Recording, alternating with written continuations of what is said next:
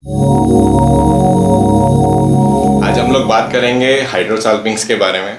हाइड्रोसाल्पिंग्स मतलब fallopian tube में भरा हुआ पानी। हाइड्रोसाल्पिंग्स क्यों होता है? हाइड्रोसाल्पिंग्स अगर किसी फीमेल को है तो क्या उसको बच्चा रुक सकता है? क्या हाइड्रोसाल्पिंग्स को कोई दवाई से ठीक किया जा सकता है? क्या हाइड्रोसाल्पिंग्स के लिए ऑपरेशन कराना पड़ेगा, ऑपरेशन से ठीक हो सकता है, या फिर हाइड्रोसाल्पिंग्स के लिए नली निकालनी पड़ेगी? हर एक हाइड्रोसाल्पिंग्स में IVF टेस्टिंग बेबी की ज़रूरत पड़ती है। और क्या IVF के पहले हमको हाइड्रोसाल्पिंग्स का ऑपरेशन कराना पड़ेगा? इस सब के बारे में चर्चा करेंगे। नमस्कार, मैं हूं डॉक्टर रजत, मेरे साथ है डॉक्टर सपना और आप देखना शुरू कर चुके हैं हमारा यूट्यूब चैनल गायनेक दीदी और गायनेक वाला। सपना, क्या होता है ये हाइड्रोसाल्पिंग्स? हाइड्रो मतलब पानी और सैल्पिंग्स मतलब ट्यूब। तो ऐसी फैलोपियन ट्यूब्स जिसमें पानी भरा हुआ है उसको हम हाइड्रोसैल्पिंग्स बोलते हैं।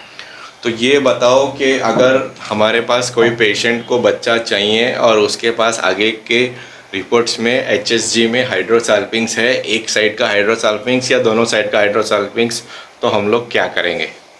देखिए, हाइड्रोसैल्पिंग्स होने का एक मेजर कारण है इन्फेक्शंस। ठीक है। तो हम लोग सबसे पहले उनको एक कोर्स ऑफ एंटीबायोटिक देंगे। पेल्विक इन्फ्लेमेटरी डिजीज जैसे हम बोलते हैं, जिसमें सफ़ेद पानी की तकलीफ, सेक्सुअल इंटरकोर्स में पेन होना, इन सारी चीज़ों में ये हाइड्रोसैल्पिंग्स होता है। तो उसमें हम एक ट्रिपल एंटीबायोटिक का कोर्स देंगे, ग्राम पॉजिटिव ग्राम नेगेटिव सारे बैक्टीरिया को कवर करेंगे और उसके बाद हम फिर असेस करेंगे। तो ये आपने हाइड्रोसाल्पिंग्स बोला, इसके पेशेंट को कोई सिम्टम्स होते हैं स्पेसिफिक हाइड्रोसाल्पिंग्स के? कोई हाइड्रोसैल्पिंग्स के पर से कोई सिम्टम्स नहीं होते हैं, लेकिन कई बार अगर पानी बहुत ज़्यादा भरा हुआ है तो हमको एक सिस्ट के फॉर्म में सोनोग्राफी में दिखता है, और कई बार हम मिसडायग्नोज भी कर देते हैं कि it is a ovarian cyst. इसलिए we have to be very carefully, हमको सोनोग्राफी ट्रांसवेजाइनल सोनोग्राफी में डिफ्रेंशिएट करना पड़ेगी कि उनका ये ओवेरियन सिस्ट है कि हाइड्रोसैल्पिंग्स है। तो ये हाइड्रोसाल्पिंग्स आपने बोला हमको सोनोग्राफी में पता चलता है। अगर पेशेंट पहले HSG की रिपोर्ट नहीं लेके आया हो और पेशेंट हमारे पास खाली बच्चा रखने के लिए आया हो, तो हम लोग क्या उसका पहला इन्वेस्टिगेशन HSG करेंगे? देखिए, सबसे पहले जो पहली बार आया है उसको हम ट्रांसवेजाइनल सोनोग्राफी करेंगे। ठीक है। यूट्रस ओवरीज कैसे हैं वो हमको सोनोग्राफी से पता पड़ते हैं। फैलोपियन ट्यूब्स पर से हमको सोनोग्राफी से नहीं पता पड़ती है, लेकिन अगर वहाँ कोई कलेक्शन है और ज़्यादा पानी भरा हुआ है तो वो हमको दिखेगा।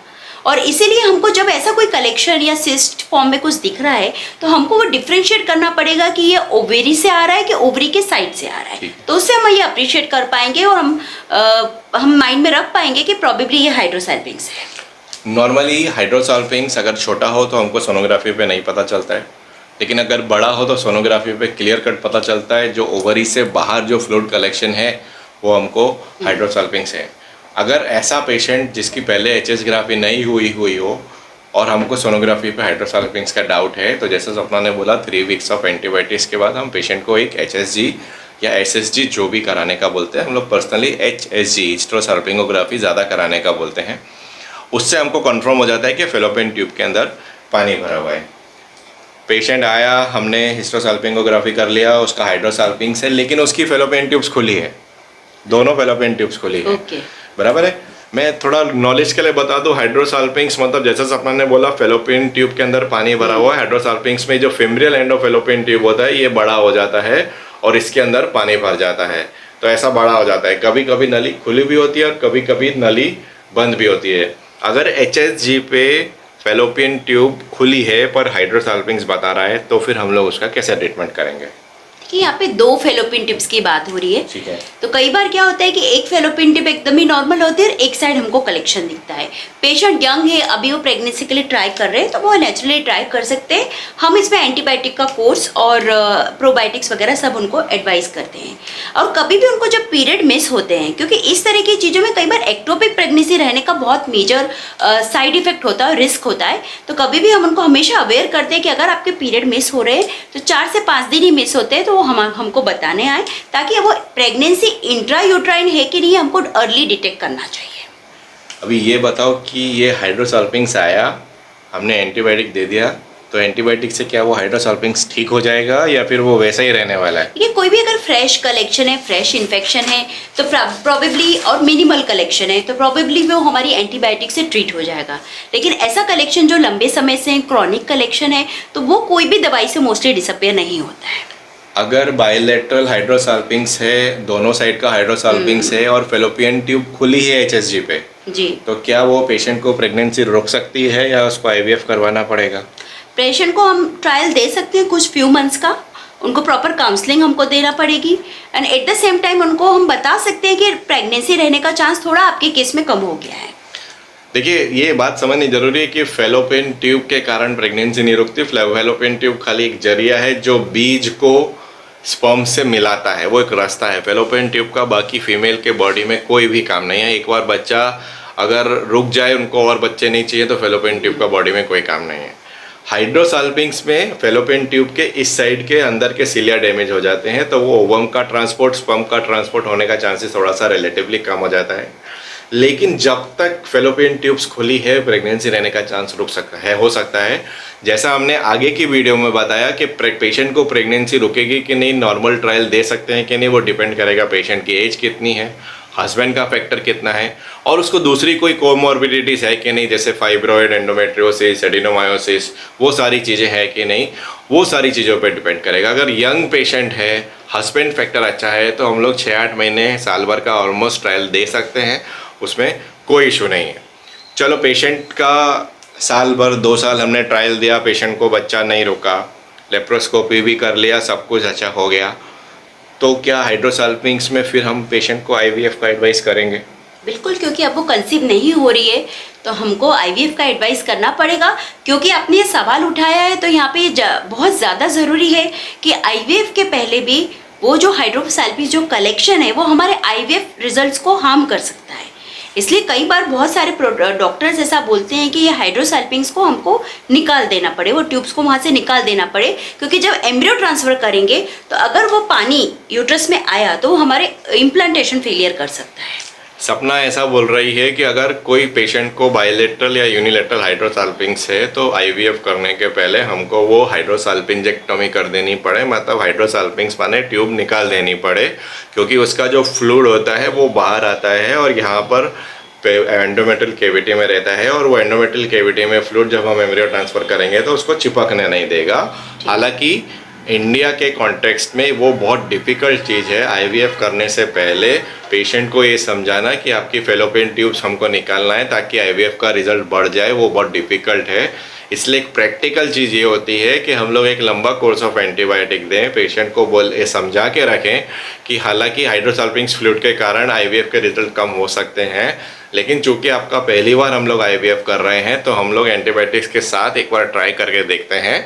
अगर रिजल्ट मिल गया तो अच्छा है, अगर रिजल्ट नहीं मिला तो अगली बार आईवीएफ करने से पहले हम लोग आपकी फेलोपियन ट्यूब निकालेंगे, उसके बाद आईवीएफ करेंगे। ये बात सही है जी। अच्छा, ये बताएं कि फेलोपियन ट्यूब निकालें या फिर फेलोपियन ट्यूब को हम लोग क्लिप कर दें, कौन सा बेहतर ऑप्शन है? देखिए, डॉक्टर टू डॉक्टर डिपेंड करता है। अगेन पेशेंट क्या चाहते हैं वो भी है, क्योंकि पेशेंट ये नहीं समझते हैं क्योंकि ऑलरेडी फेलोपियन ट्यूब जिसमें हाइड्रोसाल्पिंग्स है उससे उनको प्रेगनेंसी रुक नहीं रहा है, क्योंकि उनको ये रहता है कि कभी हमारा आईवीएफ अगर फेल हो गया तो फिर हमारी तो ट्यूब ही नहीं रहेगी, तो भविष्य में फिर हमको नेचुरल कंसेप्शन का चांस भी नहीं रहेगा। तो ये पूरी चीज़ें इस बात पे डिपेंड करती हैं कि डॉक्टर, जो ट्रीटिंग डॉक्टर है, वो क्या प्रीफर कर रहा है और पेशेंट क्या प्रीफर कर रहे हैं। हमने ये बात की कि फेलोपियन ट्यूब अभी तक हाइड्रोसाल्पिंग्स में दोनों साइड फेलोपियन ट्यूब खुली थी। सपोज हाइड्रोसाल्पिंग्स में दोनों फेलोपियन ट्यूब्स फिम्ब्रिया से ब्लॉक हैं, तो हम उस केस में कैसे, अगला नेक्स्ट स्टेप क्या करेंगे? HSG पे ऐसा आया कि दोनों फेलोपियन ट्यूब ब्लॉक हैं पर वो फिम्ब्रिया से ब्लॉक है, खुली नहीं है, तो फिर हमारा नेक्स्ट लॉजिकल स्टेप क्या होगा? वो क्योंकि आपने अभी शुरू में बताया कि फिम्ब्रियल ब्लॉक्स को लेप्रोस्कोपिकली हम ट्रीट कर सकते हैं और उसके बहुत अच्छे रिजल्ट्स भी हैं, because it is in the outer part of the tube. तो इसमें हम ट्यूब को बहुत ज़्यादा डैमेज भी नहीं हो रहे, तो हमको उसमें ट्यूब को लेप्रोस्कोपी एडवाइस करना चाहिए और फिम्ब्रोप्लास्टी करने की कोशिश करना चाहिए। अच्छा, ये जो सपना ने, जैसा मैंने अगला क्वेश्चन पूछा था कि फेलोपियन ट्यूब निकालें या ट्यूब लाइगेट करें, जो हाइड्रोसाल्पिंग्स का जो फ्लूइड होता है उसके अंदर बहुत सारे इन्फ्लेमेटरी साइटोकाइंस होते हैं, वो टॉक्सिक होता है और वो एम्ब्रियो को चिपकने नहीं देता है। इसको इस बात से समझे, अगर मैं कागज़ पे पानी पड़ा हो और उसके ऊपर मैं दूसरा कागज़ चिपकाना चाहूँ तो वो चिपकेगा नहीं, वो कागज़ को सूखा होना ज़रूरी है। तो वो एम्ब्रियो जो बेसिकली हाइड्रोसाल्पिंग्स का जो फ्लूइड है वो अंदर आएगा तो वो उसको एम्ब्रियो को चिपकने नहीं देगा। अच्छा, हाइड्रोसाल्पिंग्स हम लोग इतना कर रहे हैं, इसके कारण फेलोपियन ट्यूब ब्लॉक के कारण सब सेम होते हैं या कुछ अलग होते हैं?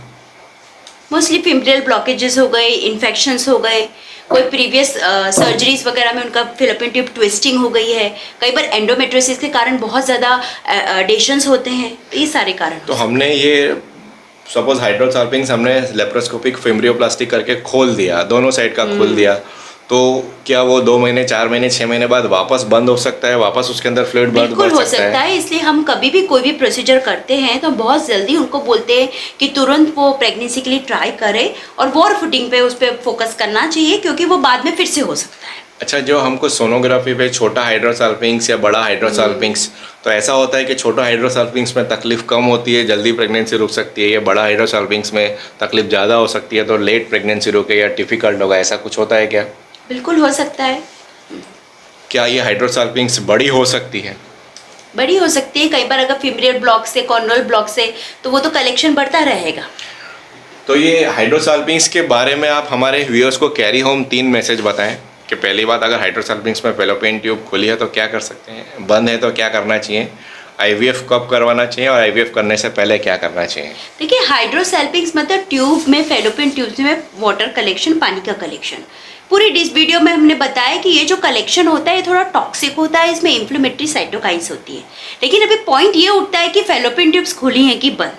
अगर फेलोपियन ट्यूब्स खुली है तो एक प्रॉपर कोर्स ऑफ एंटीबायोटिक्स और उनको good trial of 6-8 months, provided कि उनकी एज, उनका पेशेंट का AMH, मेल फैक्टर सब कुछ असेस करने के बाद हम एक गुड ट्रायल उनको दे सकते हैं। और अगर बायलैटरल हाइड्रोसाल्पिंग्स है और बायलैटरल ट्यूबल डैमेज अगर हम सस्पेक्ट कर रहे हैं और बायलैटरल ब्लॉकेजेस है और एज भी ज़्यादा है, तो बहुत लंबा ट्रायल देने का कोई पॉइंट नहीं है। और उस तरह के केसेस में IVF के लिए बढ़ना ज़्यादा बेटर ऑप्शन है। और उसमें भी बेस्ट यही है कि हम उन ट्यूब्स को सैल्पिंगेक्टमी करके रिमूव कर दे, ताकि हमारे जो IVF का प्रोसीजर के जो हमारी सक्सेस रिजल्ट है वो बढ़ जाए। आपको ये हमारा सेशन कैसा लगा ज़रूर हमको मैसेज करके बताएं। वीडियो को लाइक करें, चैनल को सब्सक्राइब करें। नमस्कार, थैंक यू, बाय बाय।